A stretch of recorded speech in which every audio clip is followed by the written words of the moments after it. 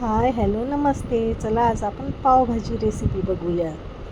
सगळ्यांनाच आवडते पावभाजी. सगळ्यात आधी मी कुकरमध्ये थोडंसं तेल टाकलं. तेल गरम झाल्यानंतर कांदा बारीक चिरून घेतला, कांदा फ्राय करून घेतला. लसूण आणि अद्रक पेस्ट टाकली. मग वरून टोमॅटो टाकले बारीक चिरून. मग थोडंसं अर्धा बीट चिरून टाकला.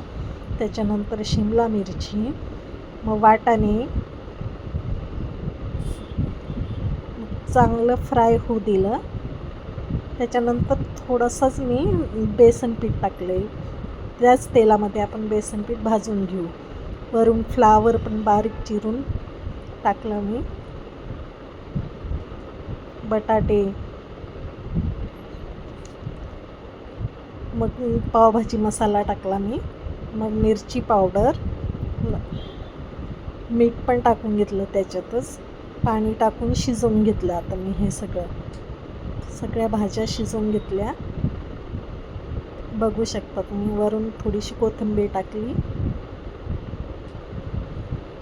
आता आपण 3 शिट्या होऊ देऊया. आता शिट्या झाली. आता मॅश करून घेऊ पूर्ण भाजी.